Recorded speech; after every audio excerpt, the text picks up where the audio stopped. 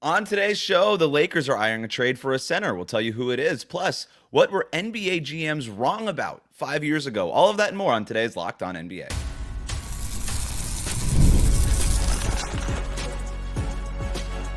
You are Locked On NBA, your daily NBA podcast.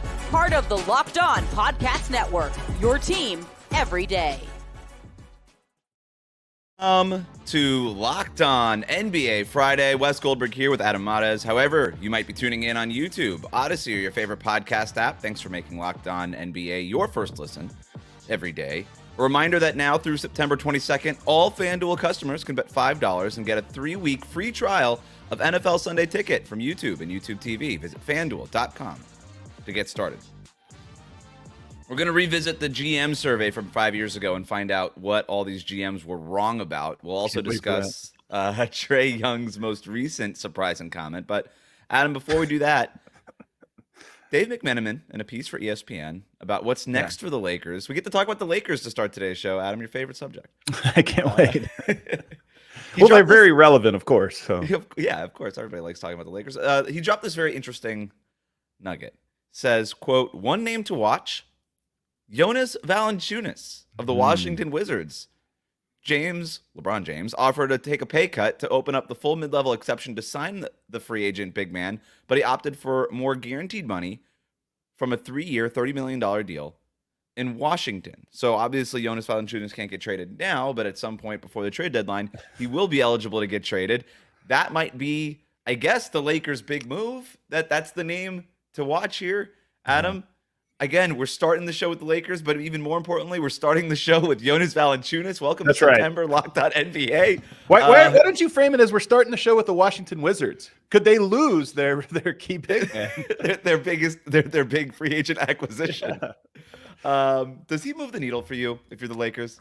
So I think my gut inclination here is to sort of laugh and do what we just did to open the show, right?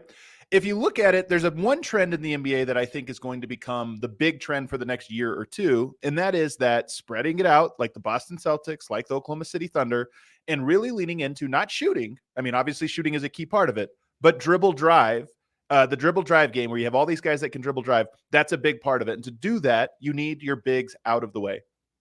The zag to that move would be teams like the Denver Nuggets, maybe the Minnesota Timberwolves, where you have multiple bigs. And for the Lakers, there's reason to think that this would be a good move for them because we saw them win a title when Anthony Davis got to be a power forward and they just played bully ball and were way too big. LeBron at the 3, AD at the 4, Dwight Howard / Jonas Valanciunas at the 5. That's huge. Even your dribble drive teams are going to have a hard time matching up with that. So I look at this and I go, the Lakers are desperate. They only have Hail Marys left in their playbook. And this Hail Mary at least makes to me as much sense of them trying to maximize the one thing that they can be good at as anything. Well, I think you hit on the key point there. They've been kind of trying to undo the Russell Westbrook trade ever since they did it, right? They won the title with Dwight Howard and JaVale McGee in the middle, playing Anthony Davis a little bit at the 4, kind of going bigger.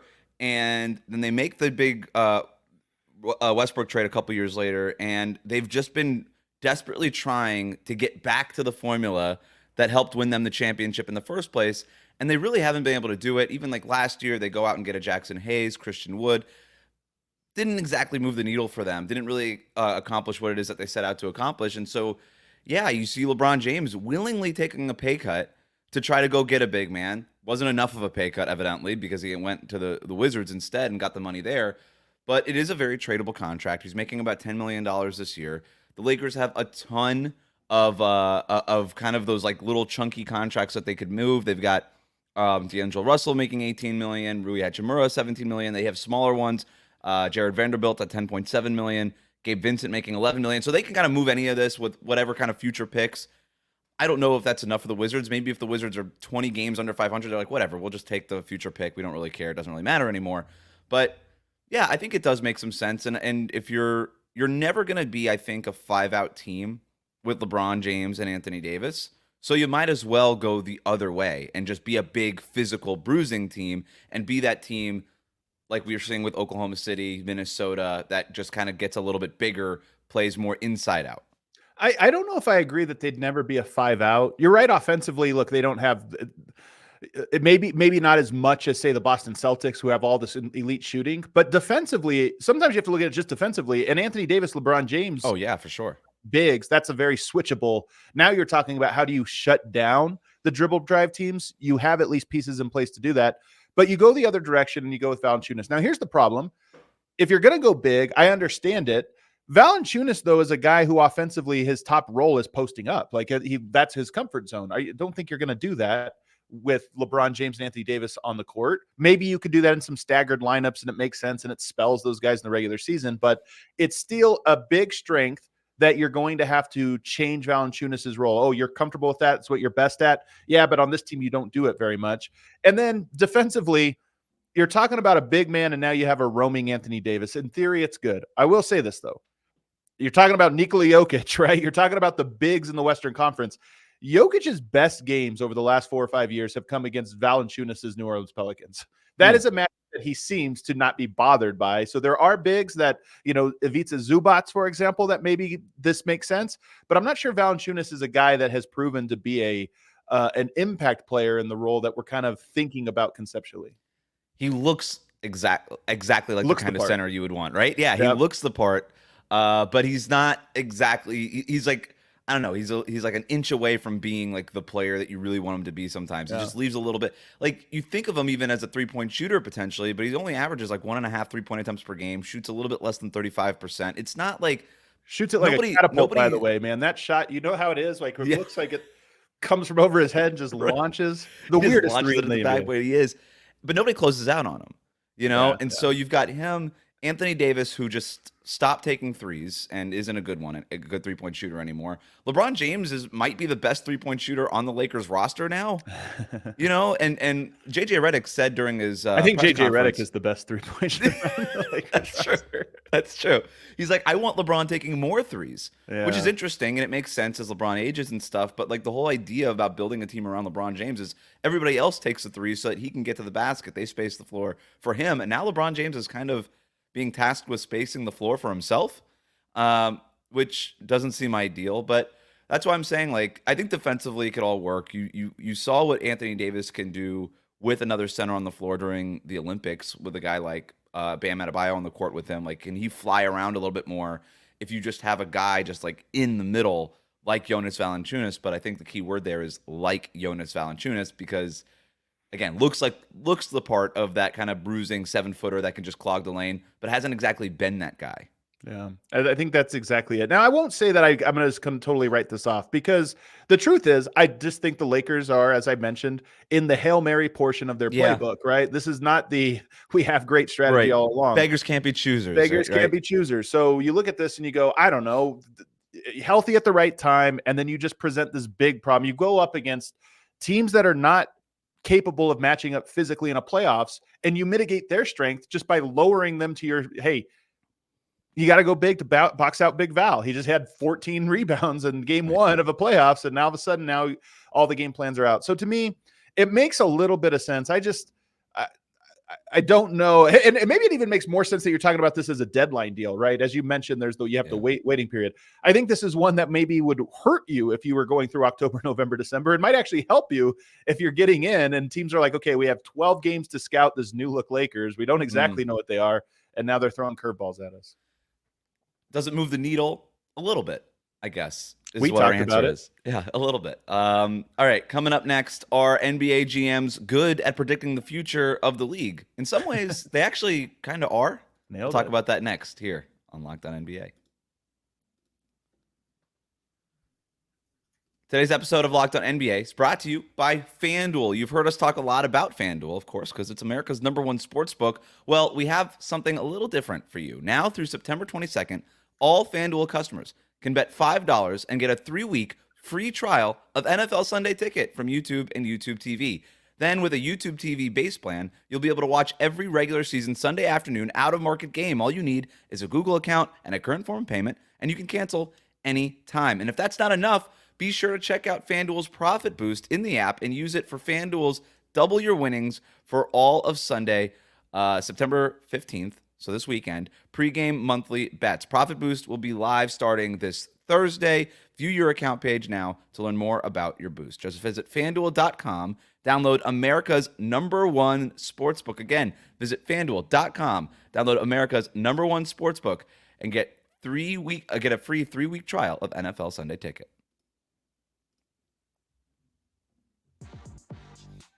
Welcome back to Locked On NBA. Thanks for making Locked On NBA your first listen every day. The best way to support the show, leave a 5-star rating and review on your podcast app. Make sure you hit that subscribe button on YouTube. So, Adam, the NBA GM survey comes out every year, as you know, and in it, they like to make some predictions. So I thought it would be fun to go back 5 years, take a look at where they were right and where they were wrong. So we're going into the 2019-20 season. We had the NBA GM survey. NBA.com releases it every summer. GMs predicted that the Clippers would win the NBA Finals. So I thought that was interesting. I mean, obviously, they're coming off the summer of Kawhi Leonard, Paul George. They'll go to the Clippers. Everybody's on the Clippers. This is a great one. This is a great one. Yeah, I mean, I think they were 57% of GMs said the Clippers would win the championship. 48%, sorry, said the Clippers would win the championship. The Milwaukee Bucks at 37%. The Lakers at 7%. So some GMs were right. The Lakers all obviously ended up winning the 2020 championship. There's a weird season with the COVID. Did anybody predict a global pandemic, or was that not? Did that not come up in the That survey? was not. Nobody asked that question. Okay, enough. right. Yeah, so we didn't get a yes or no on that. Partially correct, then I'll say. MVP. This is 2019 or 2019 going into the 20. So this would be the 2020 MVP. Okay, they predicted Giannis, and it was Giannis. And it was Giannis, which was a little easy because that was the second, that was the back-to-back year. So okay, but they overwhelmingly picked Giannis. Steph was at 11%. Okay, is that the year Steph broke his hand? He might have missed that entire season. Yeah, I think that was most of the season. Rookie of the year, Zion Williamson. Okay, so they were wrong. Zion also got hurt. He only played 24 games that year. It was John Morant that year. Yeah. This is the one I kind of want to talk about, though. Rookie that's going to be the best player in 5 years. Yes. They all picked Zion, which I think was the obvious answer. I think you and I would have predicted the same thing. Man. I think they're wrong. I think it's John Morant. So, man, it makes me want to look up who else is in the running here. So, because it's kind of funny when you sit here and talk about it, right? Like John Morant. Like, yeah, kind of. So the top 5 picks in that draft were Zion, John Morant, RJ Barrett, DeAndre Hunter, and Darius Garland. So looking at it right Zion now, and Garland made All-Star games. John Morant was an All-NBA guy a couple years ago. Yeah. Those are clearly the best players out of that draft. The GM survey, so they had Zion 67% of GMs said it would be Zion. Okay. 19% of GMs actually predicted John Morant. 7% said Cam Reddish. I think those GMs were wrong. Cam Reddish is a funny one there. You had a lot of good role players in this draft, but you're right. This is a 2-person race between Zion and Ja, which is kind of ironic. And if I were to ask you right now, because, all right, we go backwards. Ja Morant's, has been weirdly the more consistent player, even though he's missed an entire season. Yeah. It says a lot about those two. But if you were to say from now forward, like usually after 5 years, you have clarity on this answer. But even right now, I would look at it and go, I don't know. Good point. Who would I take? Yeah, if you okay, so we redo this 5 years from now, who's the best player from that draft class? I think I take Ja. I think so too. But it's one of those weird things where both Zion and Ja, 5 years into this, still carry huge question marks, not just about their health for both of them, but also just for what are they going to become? Are they going to be one of the guys that hit or one of the guys that just never quite made it over the hump? I mean, did we see the high hump? They've made it over the hump of their really good players. Right. Really, yeah. really but did we already see maybe John Morant's best seasons? Right. You know, it's totally possible. Like, it's hard to bounce back from what he's bounced back from. We haven't really seen anything like that in Zion. We just never know if he's going to be healthy. Do they lead a contender, which obviously is in some part contingent on the markets that they're in, the teams that they're on. But that's what we're talking about. There's a difference between really great player and, cornerstone of a perennial contender, which I don't think either one of those guys at this moment can say they're the cornerstone of a perennial contender. So I think NBA GMs are really bad at this question. I think they're good at maybe predicting, okay, here's who the best player is. This guy can win MVP. They've been right about a lot of those, like teams that generally will be in the championship mix. Like, they picked the Clippers, but a bunch of them also picked the Lakers, and they were obviously in the finals, won the championship that year. But this one they're not very good at because the year previous to this, I know we're only going 5 years back. So if we go 6 years back, that was the DeAndre Ayton, Luka Doncic, Trae Young draft. Who would be the best player in 5 years? overwhelmingly they said DeAndre Ayton. And like very few of them picked Luka. I'm telling you, what happened? There's a weird history in the world, but especially the NBA world in 2018, where I don't know what it is that they just didn't see what Luka clearly was. That to me was the weirdest draft, because everybody on NBA Twitter, usually like when I get a consensus on NBA Twitter, when you see it, I usually push back against it. I'm like, all right, yeah, okay. If everybody on Twitter thinks this, then I guess everybody on Twitter should run NBA teams. But in that case, everybody on Twitter should have ran every NBA team, because not even did the Kings screw it up, right? The Kings just get lambasted for screwing that up at the top, taking Marvin Bagley, the Phoenix Suns taking DeAndre Ayton. But it feels like every NBA GM also, like, if you would have given them all the number 1 pick, nobody would have taken Luka. Yeah. It was the strangest thing. Even though everybody was like, that's the best player. Everybody on NBA Twitter was like, I mean, you have to understand, in 2018, everybody thought Luka and Jokic were terrible. So like, it was a very weird moment in time. Which rookie, we're going back to the 2021, which rookie was the biggest steal at where he was selected in the NBA draft? Number 1 was Nickeil Alexander-Walker.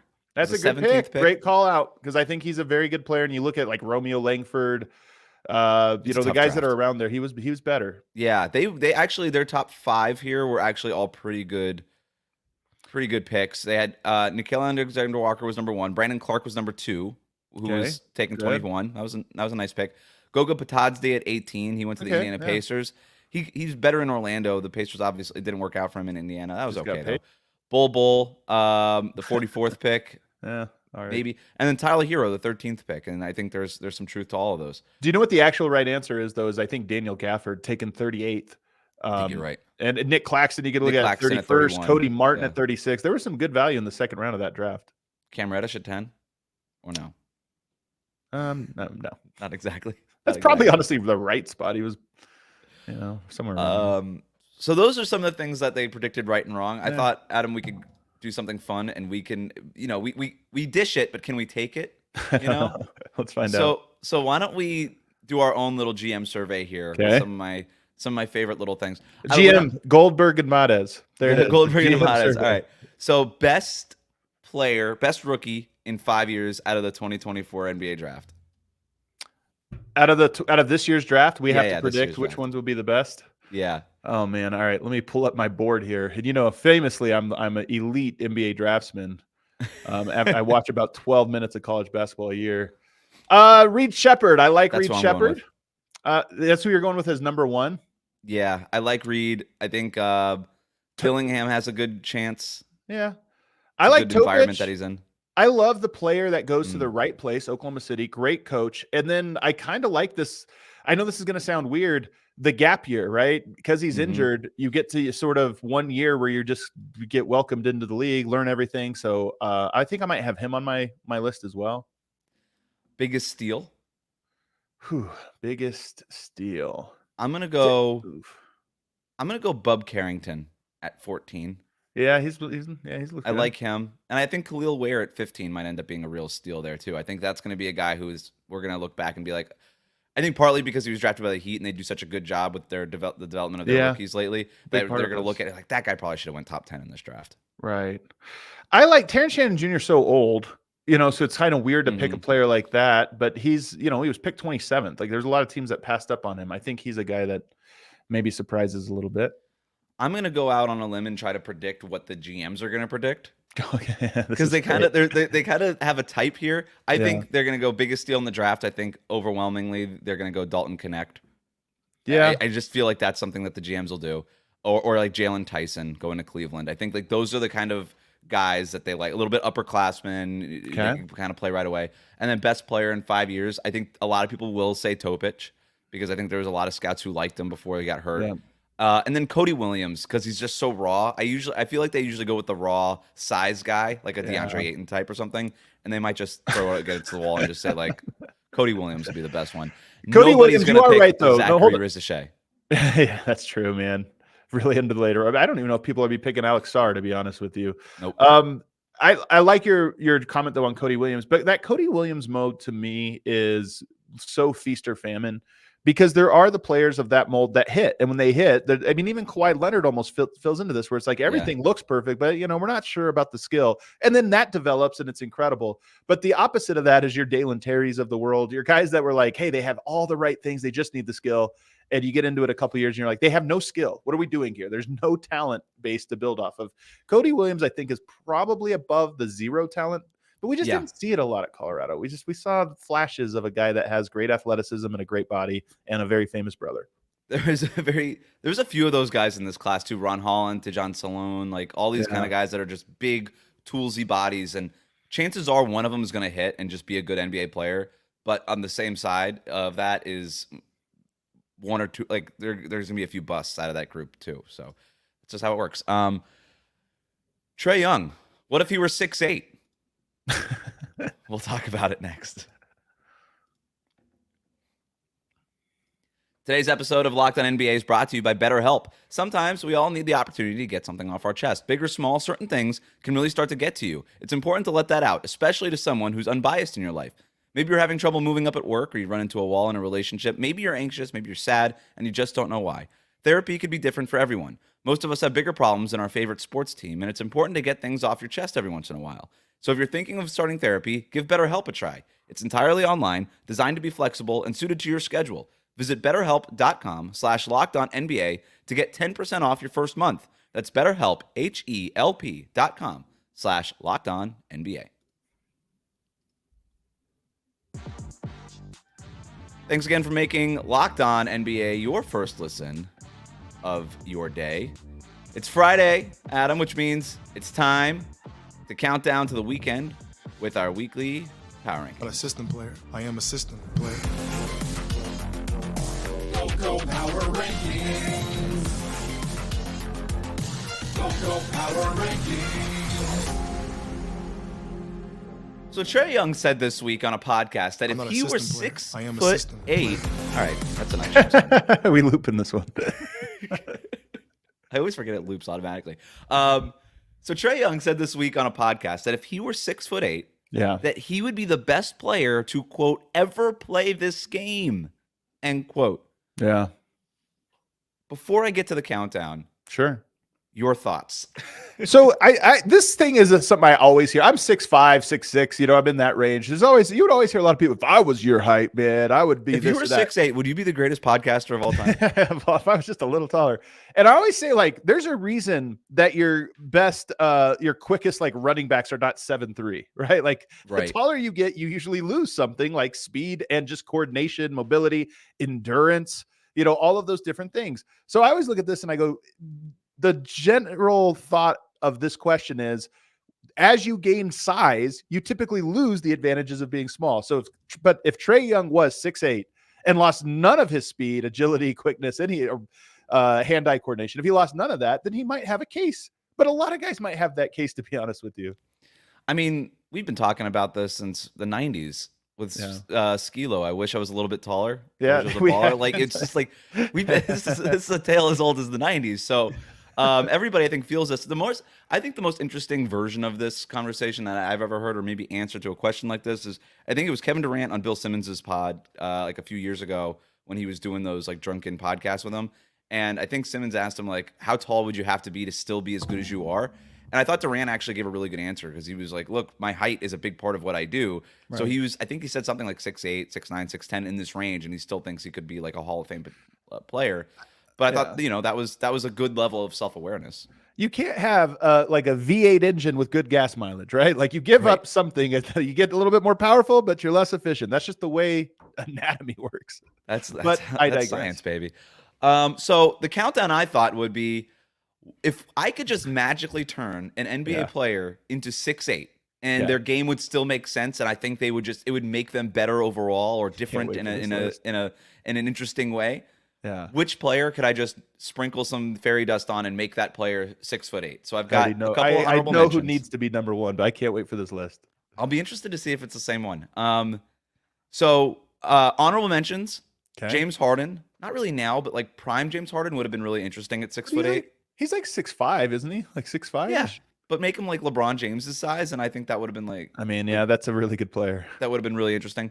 And then just selfishly, Jaime Jaquez. He's like a little undersized at 6'6". If we can get him to 6'8", I think we really got something there. This does not belong on the list. I love Jaime. This is our guy, but come on. Definitely selfish. Like if we Just a little taller. If his hair a was little bit taller. little more floppy. All right, so let's get to the countdown. Number 5, I've got Tyrese Halliburton. How tall is he? 6'6"? He's 6'5", 6'6". If you put him at 6'8", we've got Magic Johnson. I just think like the stories, the comps, like all that would be so cool. We would get like stories about Tyrese Halliburton working out with Magic Johnson. I don't know that Magic Johnson does like boot camps or anything, but we would get all that kind of stuff. I think it would just be so interesting.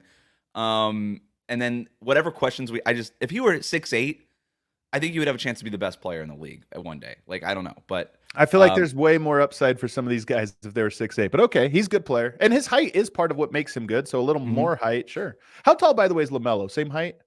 LaMelo's like 6'7". So he's a little 6'7". So I think he might actually look a little like LaMelo's body type. So I don't know. Yeah, there's maybe some injury potential there. Yeah, that's true. I'm not totally sold on this one. All right, this one I feel really good about. Karl Anthony Towns. Let's make him smaller. He doesn't want to be a big man. This list is incredible. You're right. He's too tall. Right. He doesn't want to be a big man. Let's bring him down. Yeah, he wants to be a wing. Let him play like a wing. We don't have to make him a big man. Unreal. Number 3, I got Jalen Suggs. Would be the best defender in the league if he were 6'8". Unquestioned. Done deal. I mean, again, this is one where we're going with the spirit of it. You lose nothing, but his motor is a big part of what's so impressive about him. Is that he just has this crazy motor. If you're 6'8", do you have that same motor? I don't know. I think his motor is like emotional. It is. This man. guy is like crying at the end of close basketball. Like it's an emotional motor. I don't think he loses any of it if he's 6'8". So true. It's so true. I love watching. He might be my favorite defensive player to watch in the entire league. I love watching that guy fight through screens. You make him 6'8" with that kind of frame, forget about it. Like we got Scottie Pippen. There's 2 guys that are 1-2, and so now we get into it. I can't wait to find out.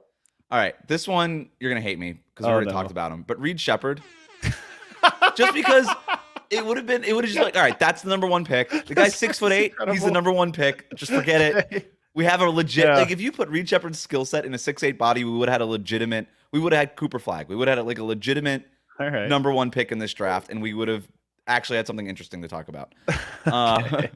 Man, so one guy gets snubbed here at least, maybe 2. I can't wait to find out. Number 1 is Anthony Edwards. Has to be. What? Has to be. Oh my God. He'd be the best player in the league. Like he's 6'4", 6'5" now. You make him 6'8".